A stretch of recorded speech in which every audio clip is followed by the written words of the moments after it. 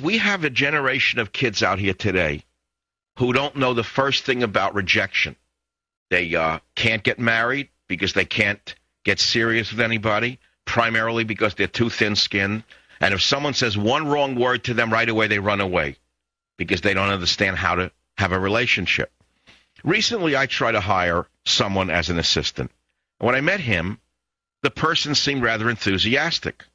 And then he called back once, several days later, 4 days later, still interested. And then I emailed back, but this guy had not followed up since. Now, this is in the worst economy since the Great Depression. And it indicated to me that this guy would be a lackadaisical employee. He is somebody I would have to run after and hold his hand, and I don't want to work with him. And that is because they've been raised in a society where everything is about the children.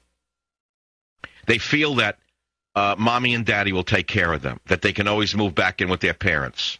Maybe it's from years of free everything. Maybe that's the problem. But as I said to you, in my day, I was taught that the sale begins when the customer says no. What does that mean? If someone says no to a member of today's children, they have to go through months of therapy. You say no to them, they wind up in therapy. And I think Obama is typical of this. Nobody has ever said no to him. He's gotten everything he's always wanted without having to struggle. But struggle is what forges a strong personality. It's what forges character. I told you yesterday that children who are not exposed to germs tend to be the ones that are the sickliest because their immune systems have not had a chance to build up a defense to it. And I say in the same way exposure to rejection builds up an immunity to it and allows people to be psychologically resilient. In other words, build up a little hide on your skin. But because liberalism has so carefully protected children from damage to their all-important self-esteem. Self-esteem. Now, I've always said, you can't have self-esteem if you have no self and if you've done nothing. But we have a whole generation of kids who have been raised to have self-esteem for doing nothing. Have you ever gone to a Little League field and you've seen the fathers?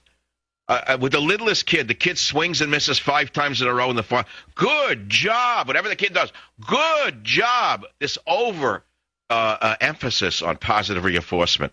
Good job. The kid takes a dump in his pants. Good job. I mean, come on.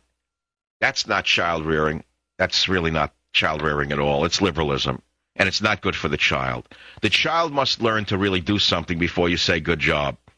But because the neo-Marxists of today have tried to hand everything to kids on a silver platter, the children have no motivation to achieve anything in their lives. In my time, if you wanted a good job, any kind of job or anything, you had to fight for it. If someone said, I won't hire you, you sat on their doorstep and showed them that you weren't about to give up so easily. You said, look, think about it again. Over and over again, you sat there. You didn't take no for an answer. You called them again and again until you got through to them. Then you begged them to see you, saying, I know that you've turned me down. I respect that, but I must tell you something you don't know about me. Usually, the boss of a company would have you come in saying, this person is very persistent. Maybe I should see them again. You refused to accept rejection in my day because accepting it made you a reject. You hear this? If you accepted rejection, you became a reject. But call anyone a reject today, and suddenly they go into therapy, and they might even sue you for hate talk. Now, is this the reason why politicians claim that illegal aliens aren't doing the jobs that Americans won't do? In my day, there weren't jobs that Americans wouldn't do. They were thankful if they got a job as a janitor, and they took pride in their work. Today, they expect to be president of the company within a month of arriving. I will wager a bet that children today have not been taught what a Pavlovian response is, and I mean college children.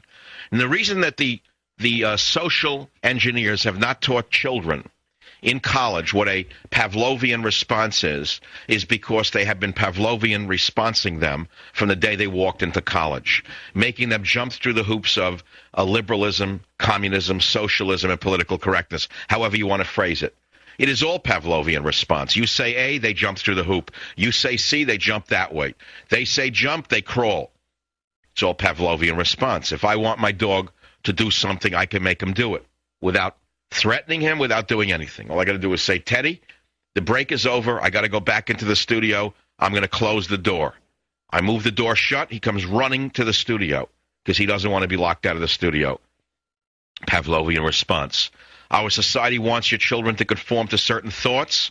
They have trained them for 20 straight years with Pavlovian responses about what is politically appropriate for them to do. That is why we have Obama, who is an absolutely inexperienced man, as the president of the greatest nation in the history of the world, and he is dismantling this country on a daily basis. He is dismantling the fundamental structure of this nation on a daily basis, taking it apart as though it's his erector set, and he's unscrewing it and putting it back the way he wants. I don't think you understand this.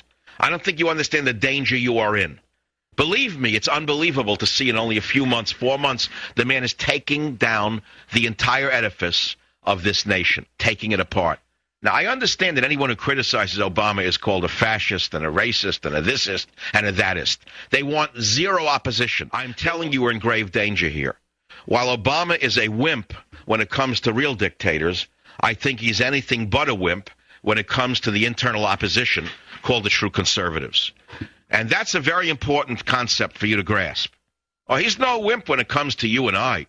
They're using all the power of this government, including the propaganda arms called ABC, CBS, NBC, etc., which now are part and parcel of the propaganda machine called the government media complex. They're using all of it to sway your mind and to control you. But when it comes to Iran, when it comes to North Korea, suddenly he wimps out. You understand what I'm saying to you? I'll tell you, to me, George, to me there's a sign that if Obama does a certain thing, I'm leaving the country, and I'll tell you what it is. I'm laying it on the line. God forbid he ever follows through with his statement that he wants a private civilian military force. Do you remember that speech during the campaign that was brushed aside by ABC, CBS, and NBC about a private civilian security force, as size of the military equally supported, that reports only to him? Do you remember that? To tell you the truth. Hold on a minute. Guys, I want you to dig that up in Obama's own voice for all of the Barney Franks of the world. I want you guys have it yet? Because the people, you have to hear this to believe. We cannot continue to rely only on our military in order to achieve the national security objectives that we've set.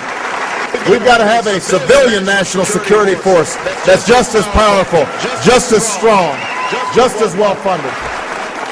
Now, did you hear that one? A civilian national security force? That's the SA. That is the equivalent of Hitler's private elite bodyguard. Do you hear this, George? Yes. I didn't make this up. This is not photoshopped. This was Obama during the campaign signaling what he will do when he gets the power to do it. But you know what he could do? Actually, France has a foreign legion. Over here, we can have an illegal legion. We can have all the people that want to... If he takes the thugs from Acorn and the thugs from other groups and militarizes them or grants them police powers and arms them, you will know that the country is over, and I will leave this country at that point. San Francisco, KNEW. Dave, welcome to the program. Go ahead, please. Yes, Dave.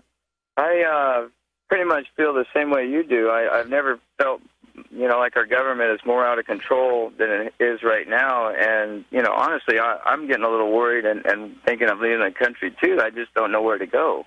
Nobody knows where to go, but if Obama militarizes a private security force, as he said he might during the campaign, and it was swept under the table by ABC, CBS, and NBC and CNN, if he does that, if he militarizes a private security force that answers only to him, I'm leaving the country.